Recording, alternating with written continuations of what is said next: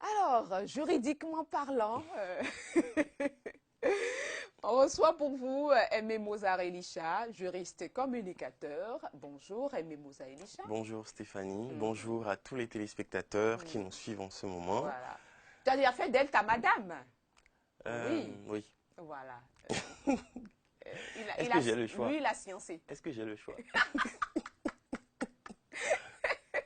Alors, aujourd'hui, le sujet du jour, c'est le régime juridique de l'avortement. Oui. Waouh! Nous allons parler de l'avortement aujourd'hui parce que c'est une pratique dont on ne parle pas souvent, une pratique qui court derrière les rideaux, que Vraiment. nous connaissons dans nos réalités mais dont nous ne parlons pas souvent. Heureusement que les cliniques officieuses Sont en train de disparaître. Voilà. Sinon, on sait comment ça se passe. Oui, absolument. Alors, comment la loi définit-elle l'avortement? Alors, Stéphanie, la loi ne définit pas l'avortement au Bénin.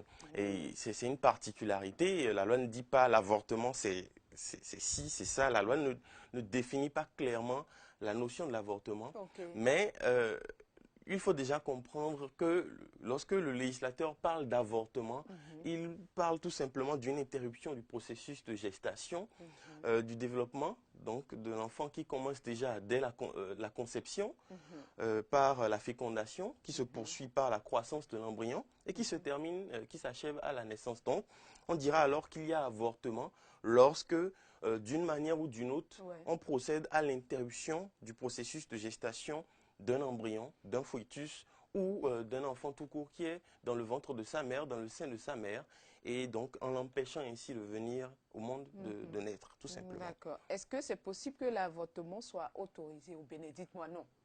Non, non, vous savez, il y a, on dit souvent dans un adage populaire que ce sont les imbéciles qui ne changent pas. Et je dirais, juridiquement parlant, comme vous venez de le dire, que ce sont les États imbéciles qui n'évoluent pas. C'est pour dire que en l'état actuel, il est vrai que la question de l'avortement est une question sensible, comme cela l'a été dans d'autres États qui ont évolué peu à peu vers une certaine légalisation de l'avortement, vers une certaine autorisation de la question. Donc on ne dira pas que l'avortement est possible en l'état actuel au Bénin, mais on dira qu'il est bien possible que dans quelques années, le législateur se repenche sur la question et se rende compte que, eh bien, la question de l'avortement telle qu'elle se présente aujourd'hui mérite qu'on se repenche sur elle pour définir peut-être des conditions dans lesquelles on pourrait autoriser l'avortement, comme cela est le cas dans d'autres législations. Donc, l'avortement ne peut pas être possible en l'état actuel, c'est vrai, parce que les mœurs sont toujours sensibles, les coutumes sont toujours présentes, même s'il y a encore quelques résistances, on tient le coup encore. Mais vous savez, Stéphanie, c'est une réalité quand même qu'on ne va pas ignorer. Nous aurons certainement le temps de revenir encore sur ça. Ben, on l'espère, parce que c'est quand même un sujet très sensible. Très sensible, très important. Parfois, il y a des avortements qui sont thérapeutiques. De toute façon, nous allons en parler. Bien sûr, il y a aussi ça. Alors, dans d'autres législations, dans quelles conditions l'avortement est-il autorisé? Oui, c'est ce que je venais de dire quand vous m'avez posé la question de savoir si au Bénin l'avortement serait autorisé un jour. Il dit, vous savez, en France, en 1967, il y a une loi qui légalisait la conception, la contraception. Jusqu'à 1967, en France, la contraception n'était pas autorisée. Donc, il n'était pas autorisé pour une femme de prendre des pilules, d'adopter des pratiques visant à l'empêcher de tomber enceinte à un moment donné. Donc, il a fallu 1967 pour que la pratique soit autorisée en France. 1967. 67. Et en 1975, Simone Veil, que vous connaissez très bien, paix à son âme, Simone Veil, en ce moment ministre de la Santé, a introduit au Parlement français une loi aujourd'hui qu'on appelle la loi Veil, la loi du 17 janvier 1975, qui, pour la première fois dans la législation française, dépénalise l'avortement. Ça veut dire que depuis 1975, Stéphanie, en France, depuis 1975, l'avortement est dépénalisé en France. Mais il y a également... Dépénalisé. Donc autorisé. Autorisé. Mais il y a des conditions naturellement à respecter. Donc quand vous prenez par exemple le cas de la France, la loi Veil de 1975 dont je viens de parler, autorise l'avortement sous 3 conditions. La première condition... Avant de parler des conditions, on va prendre téléspectateur rapidement. Téléspectateur en ligne, bonjour. Allô? Bonjour. Bonjour. Comment vous allez? Comment allez-vous? Ça va bien. C'est qui, s'il vous plaît? C'est Monsieur Mededa Pacom. Monsieur Médégan Pacom. Mededa. Médéga. Oui. Pacom. Vous nous appelez depuis quelle ville? Depuis Misrété. Depuis Misrété. Misrété, Oui. c'est non loin de Pobet, c'est ça? Non, c'est... Non, c'est à Porto-Nouveau. C'est à Porto-Nouveau. Ouais. Oui. Enfin, c'est sur la voie de Pobet. Oui. Voilà, donc je ne suis pas perdu, hein? Non. Alors, monsieur Pacom, Oui. vous voulez jouer, c'est ça? Oui. D'accord. C'est quel mot qui a été muté selon vous? Tricherie. Tricherie, hein? Oui. Tricherie. Ok, Oui. monsieur Médéga, on va voir si c'est vous le gagnant de ce jour. Au Ok. moins, vous avez dit un mot différent de Morel et de Oswald. Oui. On verra bien. Vous avez des personnes à saluer? Non, je salue seulement ma maman. Ah oh, elle est chère pour vous, hein? Oui. Comment on l'appelle, s'il vous plaît? Madame, c'est Monou Rosa. Madame Monou Rose. Enfin, Madame Médéga Rose. Oui. C'est ça, hein? On la Oui. salue, on salue toute la famille. Oui. On vous souhaite un excellent week-end et on espère que ce sera vous le gagnant de ce jour. Ok. Bien de choses à toute la population de Misrété. D'accord. D'accord. Bon week-end. Merci.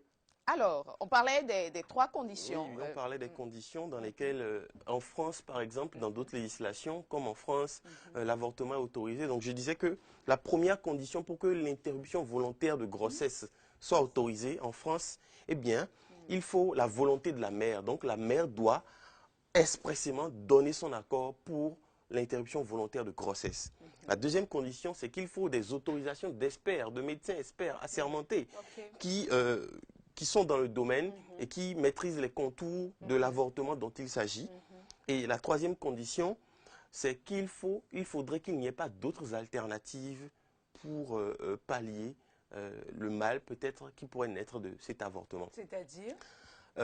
Il peut s'agir d'avortement thérapeutique, peut-être d'une maladie liée au cancer, je ne sais pas, ou à des tumeurs qui nécessitent que l'avortement soit pratiqué. Donc c'est ce que nous disions tout à l'heure en disant, en fait, l'avortement a été dépénalisé en France depuis 1975, mais cela ne veut pas dire que qu'à tout bout de champ, que n'importe qui peut se lever pour aller se faire avorter. Et c'est justement de ça que je parlais lorsque je parlais de la législation béninoise, en disant qu'il faudrait, en tout cas qu'un jour, que les députés, les législateurs, le législateur se penchent sur la question pour analyser dans quelles conditions est-ce que l'avortement devrait être quand même autorisé au Bénin. Tout ça participe également de l'évolution d'une société, comme vous le savez. Alors, quelles sont les peines applicables? On a fini les conditions. Oui, mais je voulais parler également de l'Espagne. En Espagne également, l'avortement est dépénalisé. La loi autorise l'avortement en Espagne jusqu'à 14 semaines de grossesse. Et vous pouvez... 14 semaines de grossesse, je crois que ça doit faire plus de 3 mois. Plus de 3 mois, oui. Donc la loi autorise l'avortement en Espagne jusqu'à 14 semaines de grossesse et jusqu'à 22 semaines lorsque on détecte une malformation, une anomalie, une malformation de l'enfant. Voilà. Alors, quelles sont les peines applicables en la matière? Alors, en matière d'avortement au Bénin, il y a des peines qui s'appliquent à plusieurs personnes. Comme vous le savez, l'avortement implique généralement dans notre contexte béninois des auteurs, des co-auteurs et des complices. C'est-à-dire des gens qui... des avorteurs. Voilà, des apprentis avorteurs, des infirmières avorteurs, des aides-soignants avorteurs. Vous voyez, donc il y a toute une chaîne de personnes qui se mettent dans la pratique. Alors, le code pénal réprime bien sûr la pratique et en disant que celui qui, par des aliments ou par des breuvages, ou par des médicaments ou par des violences ou par tout autre moyen, fait avorter une femme encourt une peine de 5 ans à 20 ans d'emprisonnement. Waouh. 5 ans à 20 ans d'emprisonnement. Bravo. Et une amende, s'il vous plaît, de 200 000 à 500 000. Peut-être vous direz que c'est peu. Hein. Très peu, Mais là. bon. Mais bon, la 5 peine, ans à moi, 20 ça me ans, va ça va, quand oui. même. Hein. Si, ça va. La peine, c'est bien. Alors, votre point de vue personnel sur le sujet au Bénin, qu'est-ce Oui, qu'on peut en dire? avant de parler de ça, je voudrais parler également de la femme qui le fait volontairement. Il y a également que la femme, il y a des femmes qui se font avorter elles-mêmes sans auteur, sans complice. Elles le font par elles-mêmes parce qu'il y a des plaintes. Il paraît qu'il y aurait des plaintes dans la médecine traditionnelle dont on s'abreuve pour pouvoir se débarrasser d'une grossesse. Je n'ai jamais vu ça. Et donc, le code pénal dispose que la femme qui a volontairement, qui le fait volontairement, encourt également une peine de 5 ans à 20 ans. Il faudrait la surprendre alors. Pas forcément, mais il suffit de l'avoir vue enceinte et de voir après qu'elle n'est plus enceinte et de faire une enquête et de se rendre compte que voilà, qu'elle s'est débarrassée de l'enfant. Et moi, je pense que c'est encore... je ne sais pas si l'une des pratiques est meilleure que l'autre dans ce que je vais dire. Je ne sais pas si vous serez peut-être choqués, mais je pense que de ce point de vue, je comprendrais encore mieux une femme qui attend d'accoucher et qui va déposer l'enfant devant un orphelinat et qui fuit. Là, on comprendra qu'elle n'a pas les moyens de subvenir aux besoins de l'enfant, mais déjà à 3 mois ou 4 mois de grossesse, ou même interrompre une grossesse, je pense que c'est quand même assez... c'est criminel. C'est criminel, voilà. Tout simplement. Il n'y a pas d'autre mot pour le définir. Et je voudrais rappeler une disposition particulière du Code pénal qui dispose donc, selon laquelle quiconque, Stéphanie, quiconque porte des coups ou des blessures à une femme enceinte encourt une peine de 2 ans à 5 ans d'emprisonnement. Donc, quand vous voyez une femme enceinte, elle n'est plus seule, elle est deux. Voilà. Ou peut-être plusieurs. Hein. Peut-être plusieurs, peut-être même 8. Donc, lorsqu'une personne porte des coups ou des blessures à une femme enceinte, je ne parle pas là de l'avortement, cette personne encourt une peine d'emprisonnement de 2 ans à 5 ans, et une amende de 100 000 à 200 000 francs. Voilà. Bon, ça va. Hein. De toute façon, pour les batteurs ou bien, je ne sais pas, les gens qui prennent leurs femmes pour des tam-tams. Stéphanie, c'est... Voilà quoi. Oui, et c'est l'ignorance qui tue. Vous savez, il suffit de connaître ses droits en fait pour les faire valoir. Exactement. Quiconque menace également une femme enceinte encourt une peine de 8 jours à 1 an d'emprisonnement. Menace. Hein. Menace, tout simplement. Le Bénin va souffrir. Hein. Si seulement les femmes connaissaient vraiment les droits là, mais dis donc.